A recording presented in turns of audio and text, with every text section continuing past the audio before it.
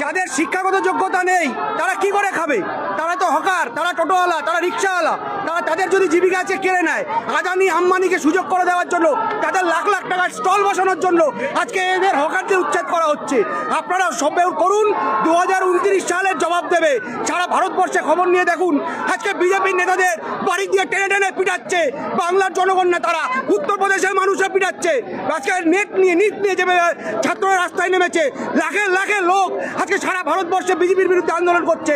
সেই আন্দোলনে আজ মমতা বন্দ্যোপাধ্যায়ের হাত ধরে, অভিষেক বন্দ্যোপাধ্যায়ের হাত ধরে এক বছরের মধ্যে আমাদের এই বাংলায় আসবে, তখন শুভেন্দু অধিকারী পালিয়ে যাওয়ার পথ পাবে না, এই বিজেপি পালিয়ে যাওয়ার পথ পাবে না। কারণ যেভাবে এরা দুর্নীতি করে বেড়াচ্ছে, আজকে মানুষের তেলের দাম যেভাবে বাড়ছে, আজকে আপনারা জানেন যে টাকার দাম কোথায় গেছে।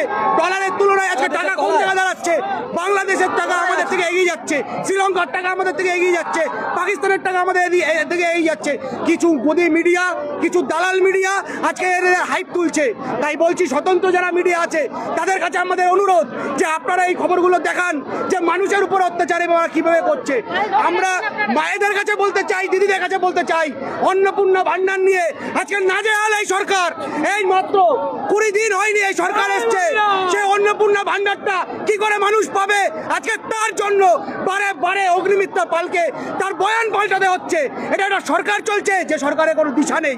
এক সময় অগ্নিমিত্রা পাল এক কথা বলছে, মুখ্যমন্ত্রী এক কথা বলছে, দিলীপ ঘোষ এক কথা বলছে।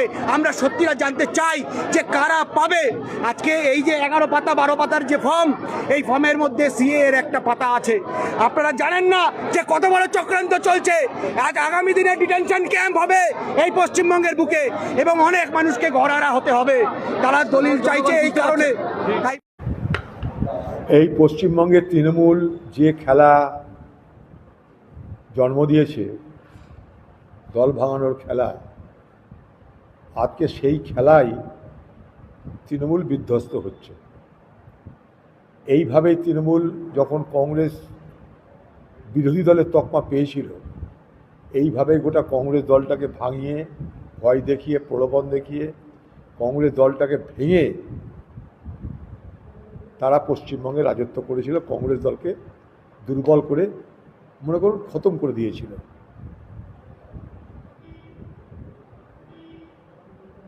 কথায় আছে না যে সাপের কামড়েই মৃত্যু হয়, সেই একই খেলায় আজকে তৃণমূল দংশিত হচ্ছে।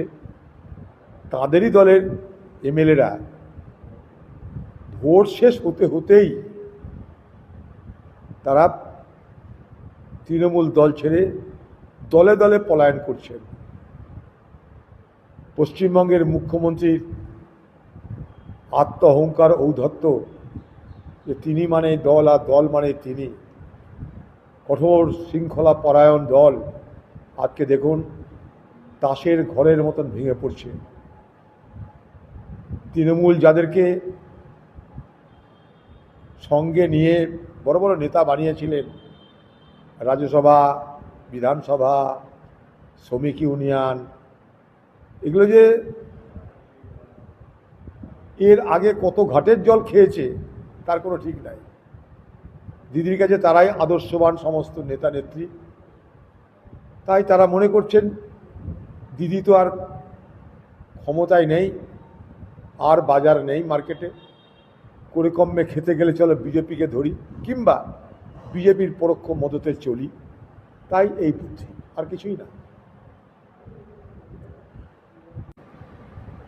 পুলিশে যাক, ফরেন্সিক তদন্ত করুক। যারা বলছে তাদের বিরুদ্ধে আমাদের তরফ থেকে অভিযোগ হবে, যারা বলছে তাদের বিরুদ্ধে আমাদের পক্ষ থেকে আমরা ডায়েরি করব, আমরা পুলিশকে এরপরে এফআইআর করব। কংগ্রেসের খেয়ে দিয়ে কাজ করেনি, এই পৌরসভা ভাঙতে হবে। পৌরসভা এমনিই ভাঙবে। এই পৌরসভা চালাচ্ছে এখন বিজেপি পার্টি, তাদের হাতেই পৌরসভা। এখন তো তৃণমূলের পৌরসভা নেই, পৌরসভা এখন বিজেপির হয়ে গেছে অলরেডি। সেখানে আমরা কোথায় ভাঙাতে যাব? আমাদের কী প্রয়োজন পড়েছে ভাঙানোর? যারা অভিযোগ করেছে কংগ্রেসের বিরুদ্ধে, তাদের বিরুদ্ধে আমাদের তথ্য অভিযোগ হবে, যে প্রমাণ করো এই অভিযোগ সেটা সঠিক কিনা। আমাদের দয়ায়, আমাদের টিকিটে জিতে এখন আমাদের লোকদের বিরুদ্ধে অভিযোগ করা হচ্ছে, কার কথাই? কংগ্রেসকে যাতে একটু কালিমালিপ্ত করা যায়। আর এখানে বিজেপি আর টিএমসির মধ্যে, এই বহরমপুর শহরে বিজেপির নেতা টিএমসির মধ্যে যে সখ্যতা, সেই সখ্যতা আপনারা দেখতে পাচ্ছেন। সারা পশ্চিমবঙ্গের প্রত্যেকটা পৌরসভায় চোর ধরা হয়, বহরমপুর পৌরসভায় কিন্তু কিচ্ছু হচ্ছে না, দিব্যি চলছে সব চোররা। আমি তো প্রমাণ দিয়েছি, এখানকার যে চেয়ারম্যান তার শাশুড়ি কত কোটি টাকার কাজ সে 2 নম্বরই করে পেয়েছে। কোনো তদন্ত হচ্ছে? কিছু হচ্ছে? কত প্রমাণ চাই? কেরানির ঘরের ছেলে 100 কোটি টাকার মালিক কী করে হয়? তদন্ত হয়েছে? কারণ একটাই, এখানটাই বিজেপির যিনি নেতা, তিনি এখানে মদত দিচ্ছেন এখানকার পৌরসভাকে।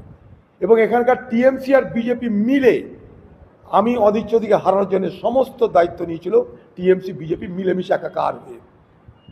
টিএমসির ভোট বিজেপিকে দিয়ে দাও, এই ছিল স্লোগান টিএমসির, যাতে অধীর চৌধুরী হারে। তাই তাদের আঁতাতটা কতটা অসাধু আঁতাত, যে দেখুন পশ্চিমবঙ্গের সমস্ত পৌরসভায়, সমস্ত এলাকায় চোর চোর চোর চোর আওয়াজ শুনছেন, একমাত্র বহরমপুর শহরের মিউনিসিপ্যালিটিতে কিছু হচ্ছে না। অথচ এখানে লুট হয়েছে, কোলা লুট হয়েছে বহরমপুর পৌরসভা। দেখুন, হতে পারে, কারণ পশ্চিমবঙ্গের সব প্রকল্প নিয়ে 2 নম্বরই হয়েছে। এখানে কন্যাশ্রী প্রকল্প দেওয়া হয়েছে, কিন্তু অল্প বয়সী মেয়েদের সব থেকে বেশি বিয়ে হয় এই মুর্শিদাবাদ জেলায় এবং এই বাংলায়। সারা ভারতবর্ষে অল্প বয়সী মানে মাইনরেজের বিয়ের পরিমাণ সংখ্যা সব থেকে বেশি এই পশ্চিমবঙ্গে। অথচ এখানটাই তাদের বিয়ে যাতে দেরিতে হয়, তার জন্য কিন্তু লক্ষ্মীর ভাণ্ডারে হাজার হাজার কোটি টাকা বরাদ্দ হয়েছে। ফলে সেই টাকা কোথায় গেছে জানি না, সেই টাকা চুরি বাটপাড়ি হওয়াটা খুব স্বাভাবিক। কারণ পশ্চিমবঙ্গে দিদি 15 বছর ধরে চোরদের ফ্যাক্টরি বানিয়েছিলেন, তাই এটার মধ্যে কোনো অস্বাভাবিকতা কিছু নাই। এটা হতেই পারে, আমার এটা ধারণা। তবে যে যতটা বলে ততটা নয়। কিন্তু পাশাপাশি অন্নপূর্ণায়, এই যে 12 পাতার যে অন্নপূর্ণা, 12 পাতার মহাভারত, সে 12 পাতার মহাভারতের পাঠ কে উদ্ধার করবে আমার জানা নাই। লক্ষ্মীর ভাণ্ডারের যারা দাবিদার ছিল, লক্ষ্মীর ভাণ্ডারে যারা এন্টাইটেল ছিল, যারা পেত, তাদেরকে বলা হয়েছিল যে অন্নপূর্ণার ভাণ্ডারে সুবিধা পাবে। কিন্তু কই, পশ্চিমবঙ্গের মা বোনেরা কিন্তু এটা নিয়ে আশঙ্কিত তাদের কি হবে। 12 পাতার মহাভারত কিভাবে তারা পড়বে, কিভাবে লিখবে, কিভাবে ভর্তি করবে তারা জানে না। এই পশ্চিমবঙ্গের তৃণমূল যে খেলা জন্ম দিয়েছে, দল ভাঙানোর খেলা, আজকে সেই খেলাই তৃণমূল বিধ্বস্ত হচ্ছে। এইভাবে তৃণমূল যখন কংগ্রেস বিরোধী দলের তকমা পেয়েছিল, এইভাবে গোটা কংগ্রেস দলটাকে ভাঙিয়ে, ভয় দেখিয়ে, প্রলোভন দেখিয়ে কংগ্রেস দলটাকে ভেঙে তারা পশ্চিমবঙ্গে রাজত্ব করেছিল। কংগ্রেস দলকে দুর্বল করে, মনে করুন, খতম করে দিয়েছিল।